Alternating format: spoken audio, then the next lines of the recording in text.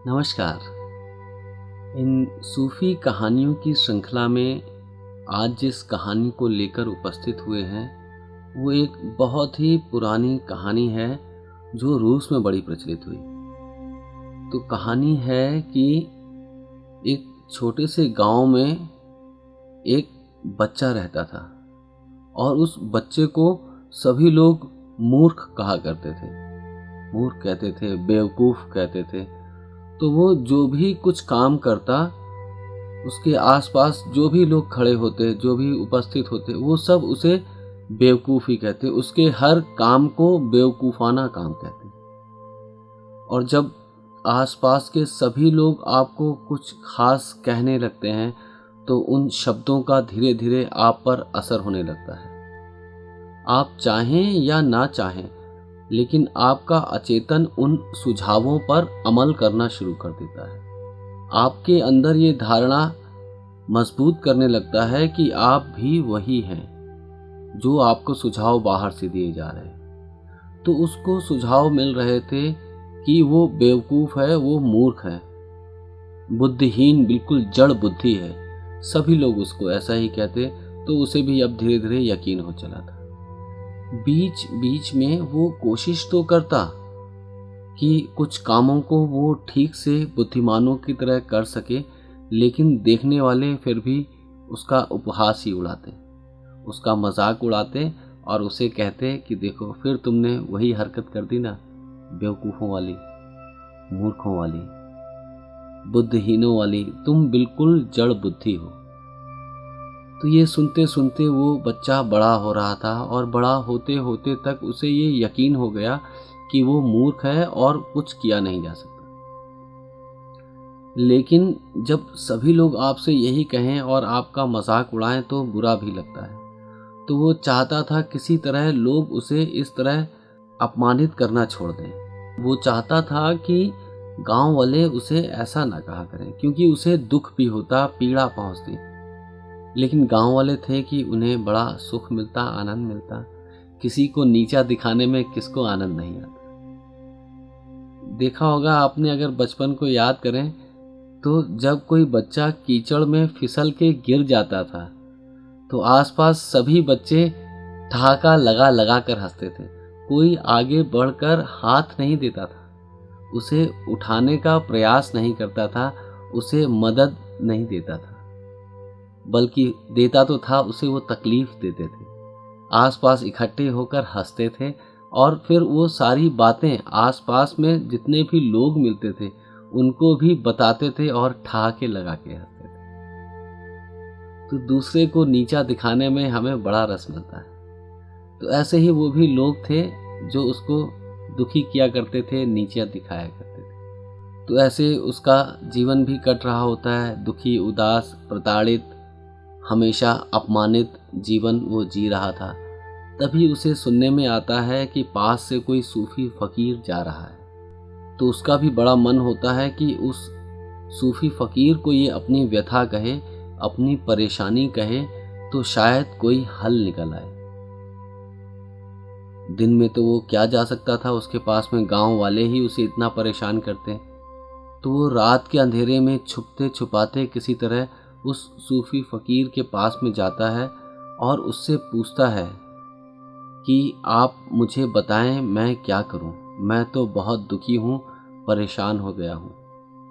हमेशा इन लोगों की बातें मेरे कानों में गूंजती रहती हैं। सोता हूं तो सपने में भी ये सारे चेहरे इकट्ठे हो जाते हैं और एक साथ चिल्ला चिल्ला कर मुझसे कहते हैं कि मैं बेवकूफ़ हूँ, मूढ़ बुद्धि हूँ, मूर्ख हूँ। और ये सब सुनते सुनते अब मैं थक गया हूँ, आप कुछ उपाय बताएं।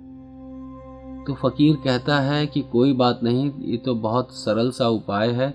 अगर तुम चाहो तो मैं तुम्हें बता सकता हूँ और तुम्हें इससे काफ़ी आराम मिल जाएगा, लोग तुम्हें परेशान करना बंद कर देंगे। वो तो बहुत खुश हो जाता है, बोलता है हाँ हाँ बताइए, आप मुझे ज़रूर बताएं और जैसा आप कहेंगे मैं वैसा करने के लिए तैयार हूँ। तो वो फ़कीर कहता है कि नहीं, ऐसा भी कुछ खास नहीं करना है, बस तुम इतना ध्यान रखना, जो काम ये संसार वाले तुम्हारे साथ कर रहे थे, बस यही उलट काम उनके साथ शुरू कर दो। वो तुम्हें कहते हैं कि तुम कोई काम ठीक से नहीं करते, तो अब तुम उनसे पूछना शुरू कर दो कि कौन सा काम वो ठीक करते हैं। कोई भी काम तो वो ठीक नहीं करते। तो वो कहता है कि नहीं, मैं समझा नहीं आपकी बात की, मतलब कैसे वो काम ठीक नहीं करते और मुझे क्या करना होगा। तो फकीर कहता है कि तुम कुछ ऐसे प्रश्न लेकर जाओ जो व्यक्तिपरक हों, विषयनिष्ठ प्रश्न हों और उनके कोई हल नहीं होते। ये बात भी उसे समझ में नहीं आती है। वो तो उसके पैर पकड़ लेता है फकीर के, कहता है मुझे साफ साफ बताएं, ऐसी गहरी गहरी बातें ना बताएं। तो फकीर कहता है कि जैसे ही ये गांव वाले कोई भी जो भी तुमसे मिले और कोई अनुभव गम में बात कहे, जैसी बात कि वो सिर्फ आप महसूस कर सकते हैं लेकिन दिखा नहीं सकते, प्रकट नहीं कर सकते। जैसे देखते हो इस फूल को, ये कितना सुंदर है। तो वो कहता है कि हाँ हाँ सुंदर तो है। बोलता है देखो तुम कैसे मान गए कि ये सुंदर है, जबकि इसमें सौंदर्य क्या है ये मैं सिद्ध नहीं कर सकता, ना ही मैं ये तुम्हें समझा सकता हूं किसी भी तरीके से कि ये वाकई में सुंदर है। लेकिन तुम हो कि तुमने तुरंत मान ली मेरी बात कि हाँ ये सुंदर है। बस अब यही करना है तुम्हें इन गांव वालों के साथ। जब भी वो बात कहें किसी भी तरह की कि ये सुंदर है, ये अच्छी है, ये बुरी है, तो बस उनके पीछे पड़ जाना, किसी को भी छोड़ना नहीं। जो भी व्यक्ति ऐसी बात करते सुनाई दे उसके तुम बस पीछे लग जाना कि सिद्ध करो कि ये सुंदर है। और सौंदर्य है तो कहाँ सौंदर्य है, कैसा सौंदर्य। कोई कलाकृति की बात करे, कोई संगीत की बात करे कि कितना मधुर है, तुम बस पीछे पड़ जाना कि इसे सिद्ध करो। कोई कहे मौसम सुहाना है, बोलना सिद्ध करो और तुम देखना कि तुम्हारी ये तकलीफ दूर हो जाएगी। गांव वाले जो तुम्हें परेशान करते हैं वो तुमसे खुद कन्नी काटने लगेंगे। तो वो कहता है क्या ये इतना आसान होगा? बोलते अरे आसान, बहुत आसान होगा, तुम ऐसा करो जाके। और समाज तो ऐसे ही लोगों से भरा हुआ है कि जो दूसरों को नीचा दिखा कर ही खुश होते हैं। तुम्हें बस यही मांग करनी है कि आप अपने वक्तव्य को सिद्ध करें, और चूंकि वो उनका वक्तव्य वस्तुनिष्ठ होगा, अनुभव गम्य विषय होगा, तो वो सिद्ध कर ना पाएंगे। और जब कोई सिद्ध नहीं कर पाता है तो वो खुद अपने आप को बड़ा मूर्ख जैसा महसूस करने लगता है। तो देखना एक एक करके गांव के सभी लोग अपने आप को तुम्हारे सामने मूर्ख महसूस करने लगेंगे, और जब वो खुद मूर्ख महसूस करेंगे तो वो तुम्हें कहना छोड़ देंगे कि तुम मूर्ख हो। वो कहता है हाँ ठीक है। तो अगले ही दिन से वो ये काम शुरू कर देता है।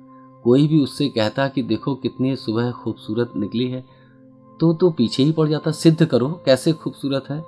उससे देखो, उस गरीब से पूछो जिसके यहाँ अभी तक चूल्हा नहीं जला, उससे पूछो जिसके यहाँ खेतों में अभी तक पानी नहीं पड़ा, उससे पूछो कि कैसे ये सुबह खूबसूरत है। अगर तुमको लगता है सुबह खूबसूरत है तो सिद्ध करो। लोग चुप हो जाते और कैसे सिद्ध किया जा सकता था, वो चले जाते। तो यूं ही वो धीरे धीरे गांव के सभी लोगों से मिलने लगा, और अब तो उसे मज़ा भी आने लगा। पहले वो गांव वालों से डरता था, अब वो गांव वालों के पीछे पीछे घूमने लगा। कोई मिल जाए कि उससे पूछो कि सिद्ध करो जो तुम कह रहे हो, और कोई सिद्ध न कर पाता।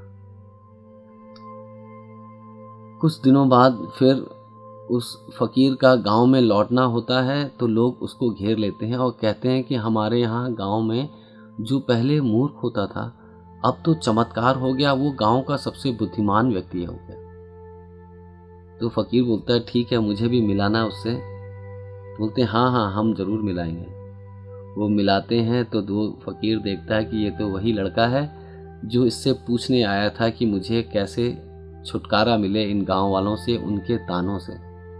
और अब वही गांव वाले इसे बहुत विद्वान, बहुत समझदार आदमी मानते हैं। तो गांव वाला जो अब बुद्धिमान प्रतिष्ठित हो गया है, इस फकीर से मिलता है, उसके चरण पकड़ लेता है और कहता है कि आपने कमाल कर दिया, आप तो बिल्कुल जादूगर हो, इतना छोटा सा नुक्ता कितने काम आया।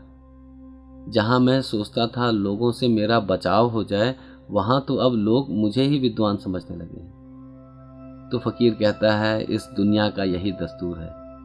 तुमको सिद्ध कुछ नहीं करना है, बस लोगों को कहना है, लोगों को बताना है कि वो कुछ नहीं जानते। बस जैसे जैसे तुम लोगों को बताना शुरू कर देते हो कि वो कुछ नहीं जानते, तो वो धीरे धीरे ये समझना शुरू कर देते हैं जैसे कि तुम बहुत जानते हो, जबकि जानने वाले लोग तो बहुत कम हुए हैं। अधिकतर तो इसी तरह फ़ायदा ही उठाते रहे हैं। भीड़ ऐसे ही लोगों की है। कुछ लोग हैं जो बेवकूफ़ी वाले सवाल उठाते हैं, कुछ लोग हैं जो बेवकूफ़ी भरे सवालों के जवाब भी दे देते हैं। और जहाँ इन दोनों की मुलाकात हो जाती है, एक दुष्चक्र शुरू हो जाता है। वो डरता डरता इसके पास आता है, ये उसे और डराता है, उसे कुछ और बताता है। तो यूं ही देखो, तुम भी ध्यान रखना कि उनकी वाहवाही में तुम अपने आप को समझदार मान न लेना, क्योंकि तुमको भी पता है और मुझको भी पता है कि तुम वही के वही हो। तुम में कोई परिवर्तन नहीं आया है, सिर्फ एक हथियार है जो तुम्हें मिल गया है, जो उनके काम आ रहा है कि तुम उनको उनके ही हथियार से हरा सकते हो। तो ये थी छोटी सी कहानी, लेकिन हमारे आसपास बता देती है कि कैसे लोग इकट्ठे हैं, लोग कैसे हैं हमारे आसपास जो हमें गिराना तो चाहते हैं और गिराने में खुश भी होते हैं, लेकिन उन्होंने ओढ़ रखे हैं ऐसे मुखौटे जिनसे लगता है कि वो हमारे अपने हैं। लेकिन अगर हमारे अपने ही हमें गिराने लगें तो अपनों में और बेगानों में फ़र्क क्या रह जाएगा। ऐसे तो बेगाने ही बहुत थे गिराने के लिए, अब तो अपने भी गिराने लगे। तो ऐसे अपने और बेगानों के बीच में उस पतली सी लकीर को थोड़ा गौर से देखें कि आपको वो गिरा रहा है या आपको उठा रहा है, आपको नुकसान पहुंचा रहा है या आपके उत्थान में आपकी सीढ़ी का काम कर रहा है।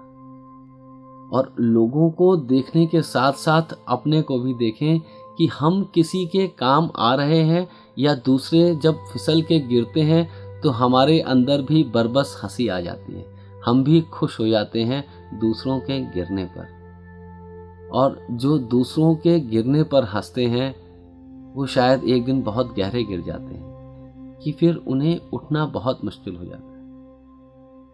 तो देखें, मानवता की श्रेणी से फिसलते हुए नीचे ना गिर जाएं, अपने आप को संभालें, दूसरों पर कम हंसें, अपने को उठाएं, दूसरों को सहारा दें। तो इसी सहारे में एक दूसरे को देते हुए आगे बढ़ें, एक दूसरे की मदद करें, एक दूसरे पर भरोसा करें। इसी भरोसे के साथ नमस्कार।